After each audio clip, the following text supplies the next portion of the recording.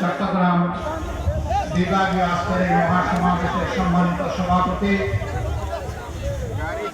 মঞ্চে বসা সম্মানিত অতিথিবৃন্দের মধ্যে রয়েছেন জাতীয় সংসদের বিরোধী দলীয় চিফ হুইপ, জাতীয় নাগরিক পার্টির আহ্বায়ক,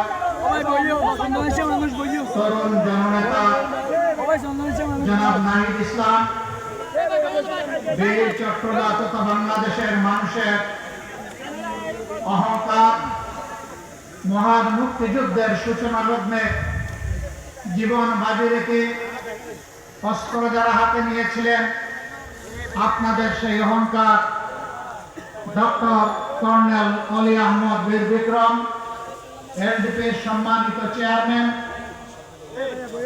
মঞ্চে রয়েছেন এই উপমহাদেশের প্রসিদ্ধ হাদিস বিশারদ শাইখুল হাদিস আল্লামা আজিজুল হক সাহেবের সুযোগ্য সন্তান শাইখুল হাদিস আল্লামা মামুনুল হক, বাংলাদেশ খেলাফত মজলিসের সম্মানিত আমির, মঞ্চে উপবিষ্ট রয়েছেন খেলাফত মজলিস, এবি পার্টি সহ জাগবা সহ বিভিন্ন পার্টির সম্মানিত শীর্ষ নেতৃবৃন্দ, প্রিয় চট্টগ্রামবাসী, আমি মহান রবের শুকরিয়া আদায় করছি। জাতির প্রয়োজনে আল্লাহ তাআলা আপনাদের সামনে আজকে আমাদেরকে এখানে দাঁড়াবার তৌফিক দান করেছেন, আলহামদুলিল্লাহ। আপনারা ভাগ্যবান, এই চট্টগ্রাম এই অঞ্চলে ইসলাম প্রবেশ করেছে। এই চট্টগ্রাম মহান মুক্তিযুদ্ধের আওয়াজ এবং আহ্বান, স্বাধীনতার ঘোষণা সারা দেশবাসী বিশ্ববাসীকে ছড়িয়ে দিয়েছে। এই চট্টগ্রাম আল্লাহ আল্লাহ রসুলের বিরুদ্ধে অবস্থান নিয়ে শাহবাগ চত্বরে যারা বাজার বসিয়েছিল, তাদের দুঃস্বপ্নকে তছনছ করে দিয়েছিল। হেফাজতে ইসলামের আহ্বানে এই চট্টগ্রাম আরো গর্বিত। বর্তমান সরকারের আমলে সর্ববিষয়ে বিশারদ একজন সর্বমন্ত্রীও আপনারা পেয়েছেন। সত্যি আপনারা ভাগ্যবান।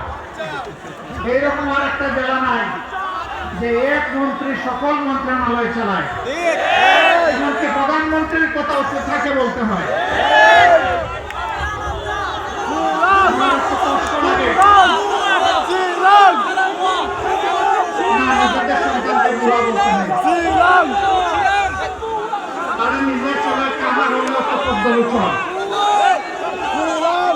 সম্মানিত বন্ধুগণ, আমার কষ্ট লাগে মাননীয় প্রধানমন্ত্রীর জন্য।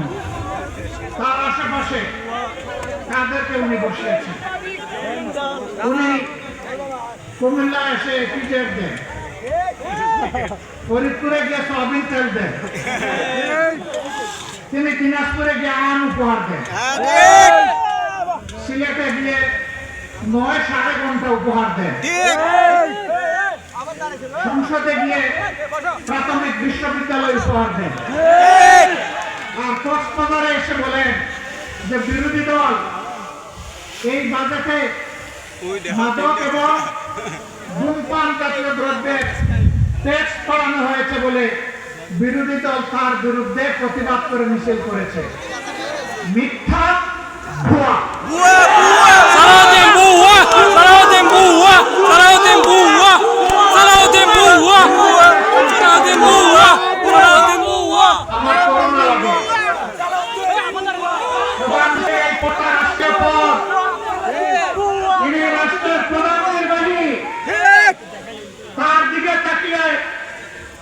বিশ্বের জনগণ বাংলাদেশকে হিসাব করবে, তার মুখ দিয়ে যদি অনবরত সমস্ত ভুলভাল কথা বের হতে থাকে বাংলাদেশ লজ্জিত হবে, ক্ষতিগ্রস্ত হবে।